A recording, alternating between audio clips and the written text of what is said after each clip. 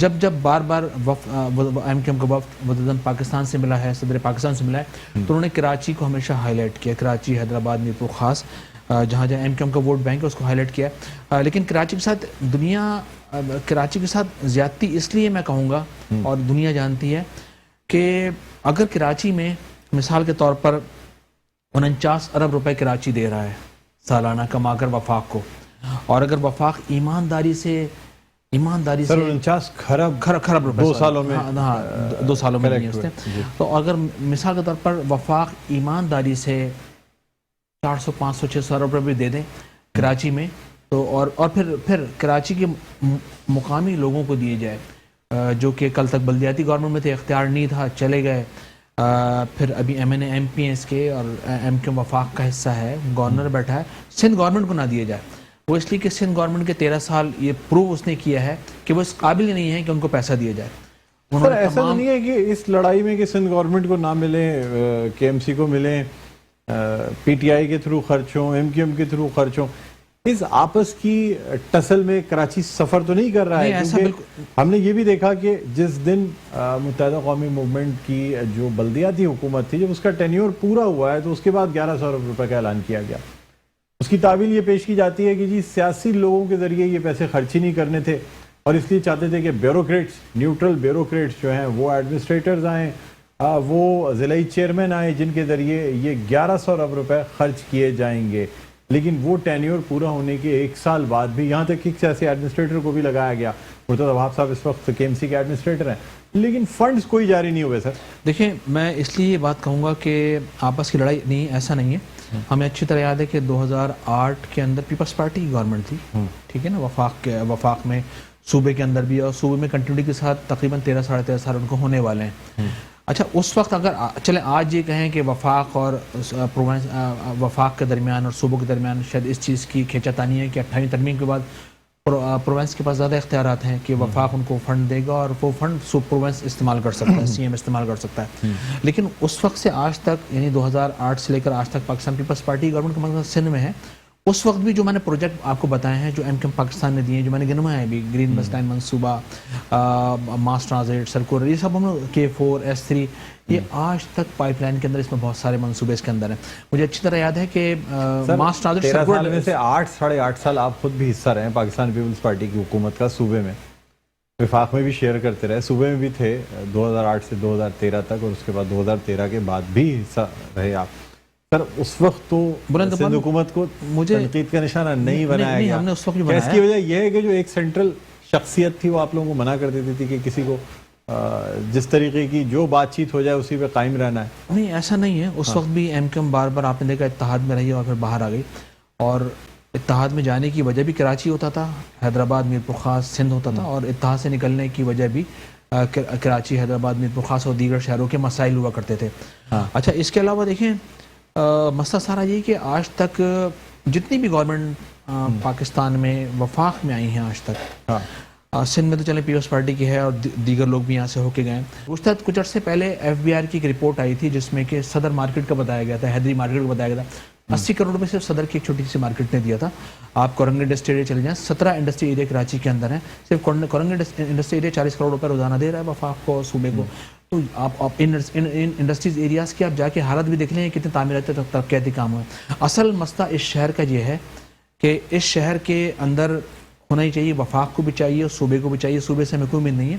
کہ جو ایک تو فری اینڈ فیئر الیکشن ہوئے تھا۔ وفاق سے امیدیں باقی ہیں؟ بس تھوڑی بہت امیدیں ہیں، کچھ کر آ کے ہمیں چلے گرین بس لائن منصوبہ ہم یہاں لے کر آ گئے، اس کی بسیں بھی اتر گئی ہیں، ٹھیک ہے نا، K4 پر ہم اسٹرگل کر رہے ہیں، اپنا S3 پر ہم اسٹرگل کر رہے ہیں، کچھ نہ کچھ ہماری باتیں تسلیم کی جا رہی ہیں، لیکن ایسا لگتا ہے کہ فائر ٹینڈرز آ جاتے ہیں تو اس کی تشہیر شروع ہو جاتی ہے، 40 بسیں کیا آ گئیں کہ اس کا چرچا کیا جا رہا ہے۔ مطلب آپ سمجھتے ہیں اتنے بڑے شہر کے لیے بالکل یہ فائر ٹینڈرز یا 40 بسیں معنی رکھتی ہیں؟ کوئی معنی نہیں رکھتی بلند بھائی، وہ اس لیے چرچا شاید اس لیے کیا جا رہا ہے کہ نیکی بہت کم تعداد میں ہو رہی ہے، نیکی بڑی لمیٹڈ ہو گئی ہے، اس لیے کوئی چھوٹی سی نیکی بھی کرتے تو بتاتے ہیں کہ یہ ہم نے یہ نیکی کی، اور گانا پڑتا ہے کہ یار کم از کم چلیں یہ تو ہوا۔ پاکستان پیپلز پارٹی کے 3 سے 4 سے 5 6 وزیر آ چکے ہیں ٹرانسپورٹ کے،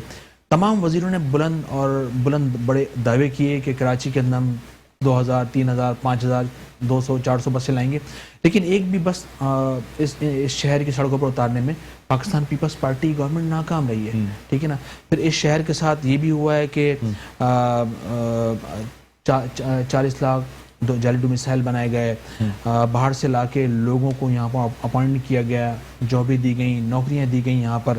اس شہر کے ساتھ نہ تو تعمیراتی ترقیاتی کام کی جا رہے ہیں، اور معاشی طور معاشرتی طور پہ بھی اس کے ساتھ استحصال یہ ہو رہا ہے کہ لوگوں کو جابیں نہ دو تاکہ پھر آنے والی نسل کچھ کر نہ سکے.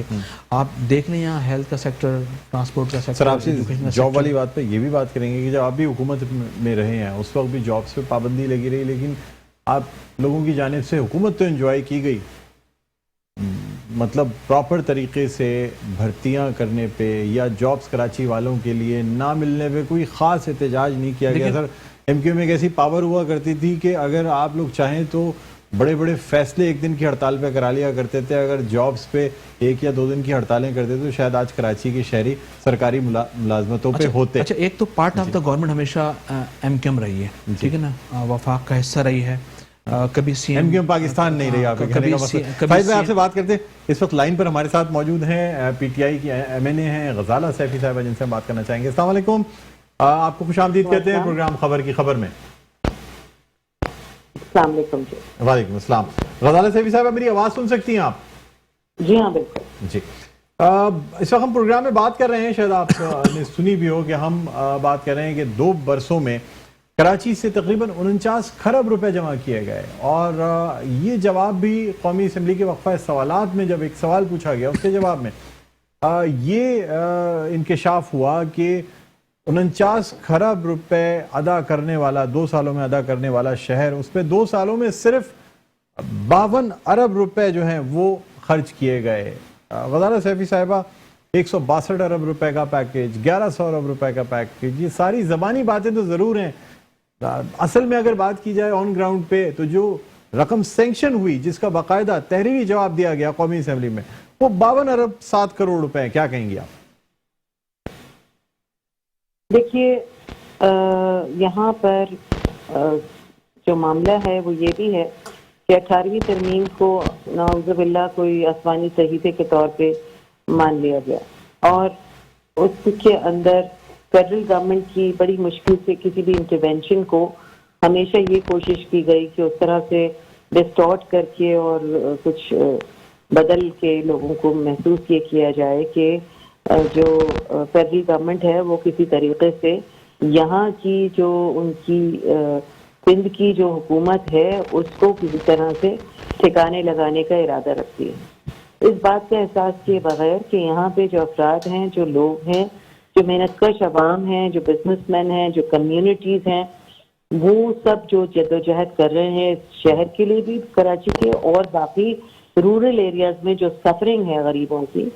عوام کی، اور جو ان کے ساتھ نیگلیکٹ کا جو سلوک رکھا گیا ہے، اس کو جو ہے وہ کس طرح سے بھی اگر فیڈرل گورنمنٹ انٹرونشن کرتی ہے تو اس کو ایک غلط انداز میں پیش کیا جاتا ہے. جہاں تک یہ بات تو آپ سب کو پتہ ہی ہے ہمیشہ سے کہ کراچی ایک ایسا شہر ہے جو سب سے زیادہ جو ہے ریونیو کریٹ کرتا ہے اور پورے پاکستان کو دیتا ہے ایز اے ٹیکس. کراچی کا ایک حصہ بھی جو ہے، چھوٹا سا خطہ بھی، وہ پنجاب کے کسی بڑے شہر سے زیادہ ریونیو کلیکٹ کر کے دیتا ہے. تو یہ نیگلیکٹ ہوا کرتے گئے، بار بار نیگلیکٹ ہوتا گیا. ابھی بات صرف یہ ہے کہ اگر کوئی چیز بہتری کی طرف جاتی ہے، اور اگر کوئی بھی چیز ایک عوام کے لیے، کیونکہ ہم نے بار بار یہ کہا پرائم منسٹر سے، اور پرائم منسٹر صاحب کی اپنی بھی سوچ تھی کہ بھئی لوگوں کو سب سے پہلے کیا چیز، تو سب سے زیادہ جو چیزیں ہیں وہ ہے تعلیم ہے، صحت ہے اور ٹرانسپورٹ ہے. ایسے شہر میں جہاں پہ اتنے ساری بڑی آبادی ہو، 3 کروڑ کی آبادی ہو، اور جہاں پہ کمیوٹ کرنا ایک بہت ہی بڑا مسئلہ ہو، وہاں پہ اگر ایسی سرکولر ریلوے کو دوبارہ کوشش کی جا رہی ہے، اور مسلسل کوشش ہے، اور انشاءاللہ بہت جلد یہ خبر بھی آئے گی کہ سرکولر ریلوے ایکٹیویٹ ہو گیا، اور نومبر تک یہ جو 40 بسیں آئی ہیں، 40 اور بسیں آئیں گی انشاءاللہ. 80 بسیں جو ہیں وہ جب سڑک پہ چلیں گی، بالکل باہر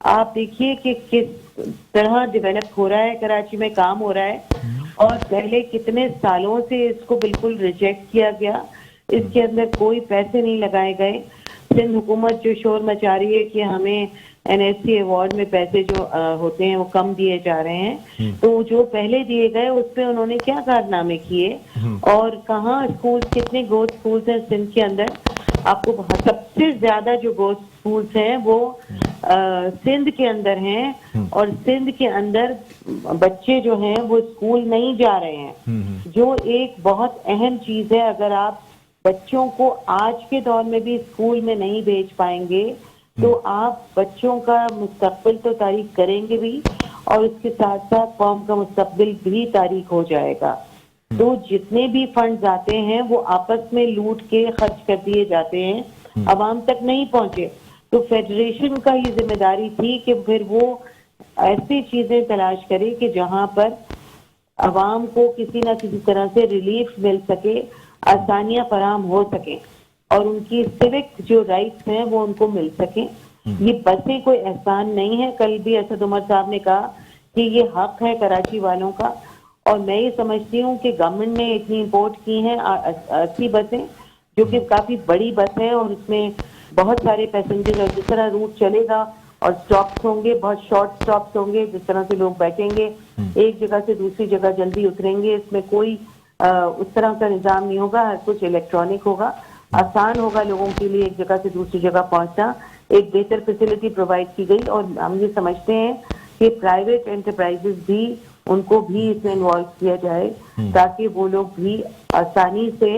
اپنی ٹرانسپورٹر جو ہیں وہ بھی اس طرح کی بسیں امپورٹ کریں اور انہی روٹ سے چلائیں بسز کو، تاکہ ہر کونے، ہر خطے میں کراچی کے لوگوں کو ایٹ لیسٹ یہ سہولت ہو کہ رات میں کوئی بھی پیر ہو وہ آرام سے ایک جگہ سے دوسری جگہ پہنچ سکے۔ دوسری چیز یہ کہ جو پیکیجز کی بات کی، وہ پیکیجز اپنی جگہ موجود ہیں، وہ اس کو خرچ کیا جا رہا ہے کراچی والوں کے لیے، اور اس کی پوری پلانس بھی بنے، ان پہ کام بھی ہو رہا ہے، اور کے سی آر بھی انشاءاللہ ابھی سون جو ہے اس کی گراؤنڈ بریکنگ ہوگی، کراچی سرکولر ریلوے، کیونکہ جب اتنی بڑی آبادی ہے اور ان کو کمیوٹ کرنے میں اتنے بڑے مسائل ہیں، اتنے مہنگے کرائے ہو گئے ہیں، تو ان کرایوں کو بھی کٹ آف کرنا ہے اور آسانی پیدا کرنی ہے عوام کے لیے، تاکہ وہ ایک جگہ سے دوسری جگہ بغیر مشکلات اٹھائے پہنچ سکیں۔ میڈم 3 سال کا عرصہ گزر چکا ہے، 3 سال، اب نیا پارلیمانی سال بھی شروع ہو چکا ہے اسمبلی میں، اور آپ کیا سمجھتی ہیں کیا جو باقی ماندہ 2 سال رہ گئے ہیں اس میں کوئی منصوبے مکمل ہو پائیں گے، یا مزید آپ کو اگلا ٹینیور چاہیے ہوگا کراچی کے منصوبوں کو کمپلیٹ کرنے کے لیے؟ دیکھیے، جب لوگوں کو آسانیاں ملیں گی، اگر ہم اس میں ان اگلے 2 سال کے اندر ہم ڈیلیور کر پائیں گے وہ کچھ جو ان سے ایکسپیکٹیشنز ہیں کراچی کے عوام کی، ہم سے سندھ کے عوام کی، جب وہ ڈیلیور ہوں گی تو ہمیں خود پتہ چل جائے گا اور لوگوں کو بھی پتہ چل جائے گا کہ کس کو ووٹ دینا ہے۔ میڈم اگر ووٹ کی بات کریں تو یہ بھی جاننا چاہوں گا کہ آپ کا جو گڑھ کہا جاتا ہے نا، جس طرح اگر متحدہ قومی موومنٹ پاکستان کے لیے عزیز آباد یا 90 کہا جائے، تو جو پاکستان تحریک انصاف کا اگر گڑھ یا کراچی میں ہیڈ کوارٹر کہا جائے نا، تو وہ کلفٹن یا ڈیفنس کا علاقہ ہے۔ ابھی کینٹونمنٹ بورڈ کے الیکشنز ہوئے اور جس طرح پاکستان تحریک انصاف کو ناکامی ہوئی ہے، یہ تو میں اگر ویسے بات کروں تو کراچی کی تو Clifton cantonment board, otherwise Punjab میں آپ نے دیکھ لیا کہ پاکستان مسلم لیگ نون نے بڑے آرام سے آپ کو بہت واضح برتری کے ساتھ سیٹیں جیتی ہیں۔ کیا کہنا چاہیں گی، کیا سمجھتے ہیں کہ عوام کی سوچ تبدیل ہو گئی ہے؟ مگر اپ سیٹ تو وہاں ہوا نا، یہ جو فیصل کینٹونمنٹ ہے، اس میں ہمارے رزلٹ دیکھ لیجیے، آپ ادھر دیکھیں اس طرف ملیر میں دیکھ لیجیے، ملیر کینٹ میں رزلٹ، تو یہ جو ہے ضروری نہیں ہے کہ ہمیشہ وہ رزلٹ ہو، مگر یہاں کے ووٹرز نکلے کم، اور جب میرے خیال میں حالانکہ بہت کیمپین ہوا، ساری پارٹیز نظر آئیں، لوگ گئے ڈور ٹو ڈور بھی کیمپین ہوا، مگر لوگوں نے جنرلی کینٹونمنٹ بورڈ کے الیکشنز کو اتنا سیریس نہیں لیا جتنا مین الیکشنز کو لیتے ہیں۔ یہ ایک کنسرن کی بات ہے، حالانکہ جب یہ گراس روٹ لیول پہ، وارڈ کے لیول تک جب یہ ایڈمنسٹریشن جاتی ہے تو ظاہری بات ہے وہ بہتری لے کر آتی ہے شہریوں کے لیے، تو اس کو عوام نے شاید سمجھا نہیں،